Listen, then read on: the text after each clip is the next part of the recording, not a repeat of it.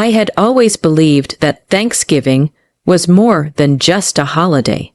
It was a ritual, a promise that no matter how broken our family was, no matter how much bitterness lingered between us, for that one day we would put it all aside and sit together at the same table.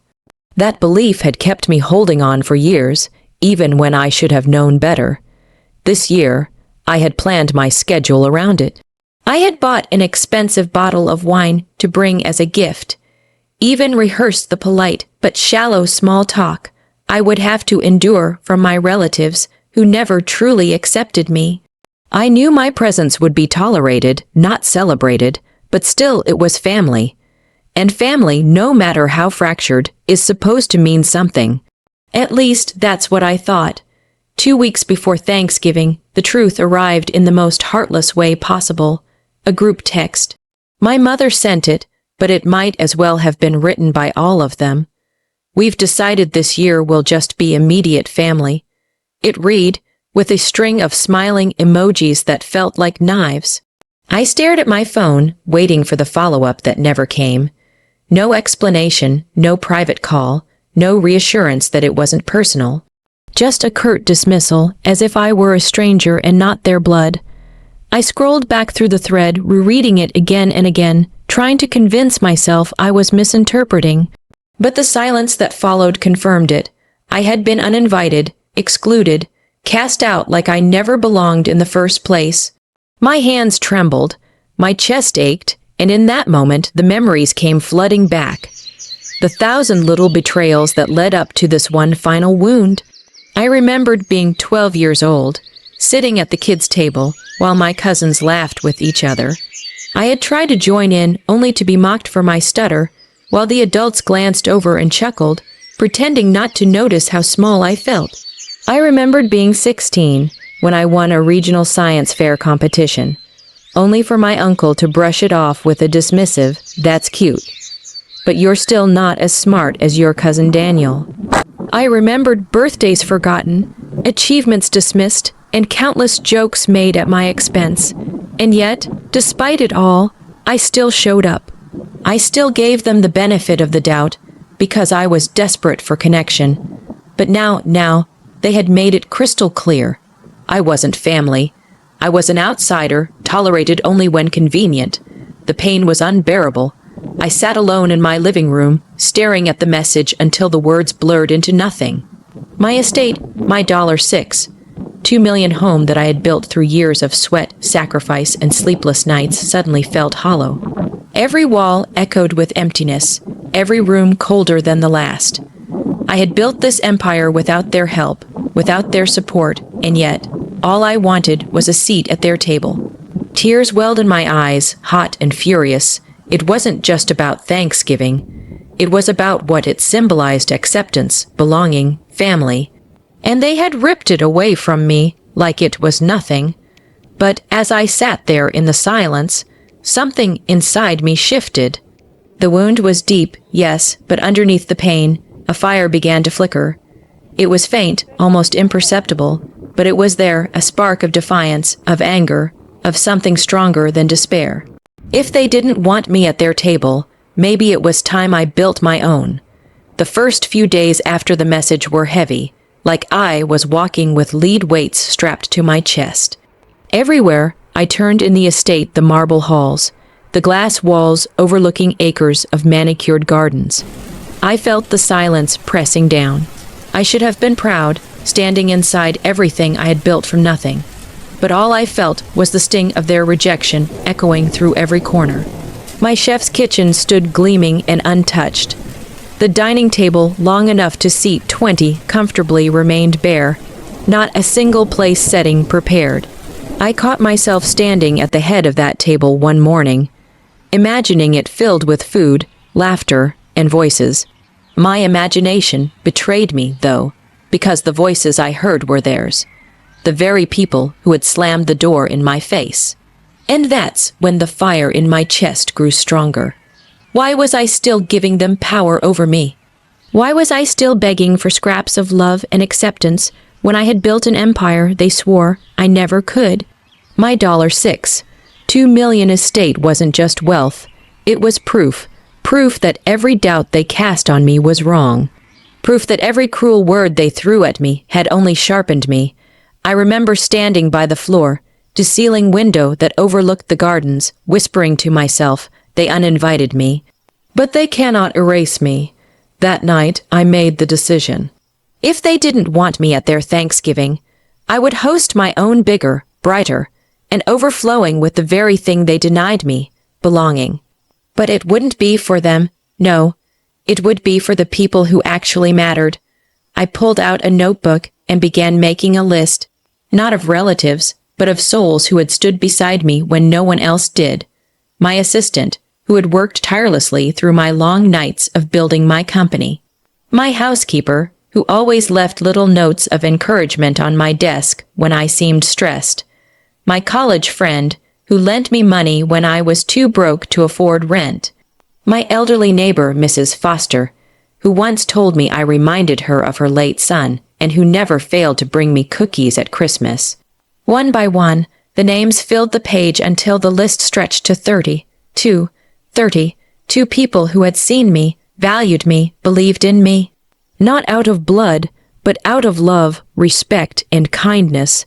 As I stared at the list, something inside me lifted. For the first time since that cruel message, I smiled. Family wasn't always about blood. It was about bond. And maybe, just maybe, this Thanksgiving could be the start of redefining what family meant for me. The planning began almost immediately. I called my estate manager, instructed the chef to prepare the most lavish menu possible, and ordered strings of golden fairy lights to drape across the gardens. If I was going to do this, I would do it without restraint. Each detail was deliberate. I wanted every moment of this gathering to breathe warmth, to glow with love, to overflow with gratitude. If my family's Thanksgiving was a small, closed circle fueled by pride and exclusion, then mine would be a feast of abundance, open arms, and unshakable joy. And yet, deep in my chest, I couldn't deny it. There was an element of revenge laced into it, sweet, quiet revenge. Because I knew word would reach them. I knew they would hear about it, about the grandeur, about the laughter, about how I had filled a table with 32 guests while they reduced theirs by one. They thought they had cut me down, but I was about to rise higher than ever. Thanksgiving morning arrived draped in golden light. The estate glowed beneath the autumn sun, its sprawling lawns brushed with amber leaves that rustled like whispers of change. I stood at the window with a cup of coffee, watching as the staff bustled about florists arranging bouquets of white roses and crimson dahlias, decorators weaving fairy lights through the trees, and the chef overseeing a parade of dishes that filled the air with the rich, comforting scent of roasted turkey, sage, and cinnamon. It was everything I had imagined, and more. For the first time in years, my estate didn't feel like a fortress of loneliness. It felt alive. By noon, the guests began to arrive, not in stiff, forced waves of relatives bound by obligation, but in bursts of genuine joy. My assistant, Elena, hugged me as though she hadn't seen me in years. My old college roommate, Daniel, not the cousin who had always outshone me, but the friend who once believed in me when no one else did, arrived with his wife and kids, carrying a homemade pie. Then came Mrs. Foster, my elderly neighbor, clutching my hand with tears in her eyes. "I've never been invited to a Thanksgiving this big," she whispered, her voice trembling. "It feels like family, just stepping inside." That was when my chest tightened, because she was right. This wasn't just a dinner. It was a rebirth. Inside, the dining room was breathtaking.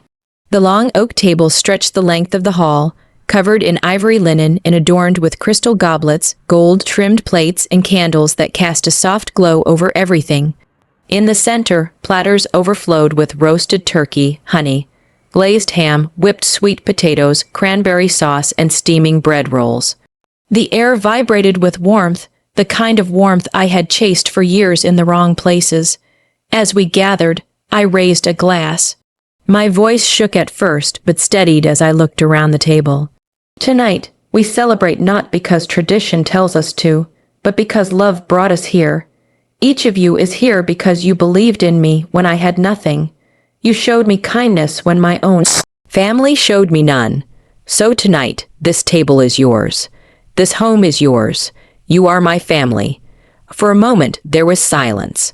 Then applause, cheers, even tears. Elena wiped her eyes. Mrs. Foster clutched her napkin like it was a lifeline. Daniel stood and embraced me. And as the laughter began to flow, I realized this was better than anything I had ever hoped for. Throughout the evening, I caught little moments that seared into my heart. Mrs. Foster laughing so hard, she nearly spilled her wine when Daniel's kids told jokes. My housekeeper, usually reserved, grinning as the chef personally served her dessert. A young intern from my company, confessing that this was the first Thanksgiving she had ever celebrated, and how she would remember it forever. 32 voices filled the estate with warmth, with gratitude, with joy. The walls, once hollow with silence, now sang with belonging. As I sat at the head of the table, looking at faces lit by golden candlelight, I realized something I never thought I would. I wasn't missing out on Thanksgiving. I had created my own, greater, richer, more real than the one I had been excluded from, and for the first time in years I felt free.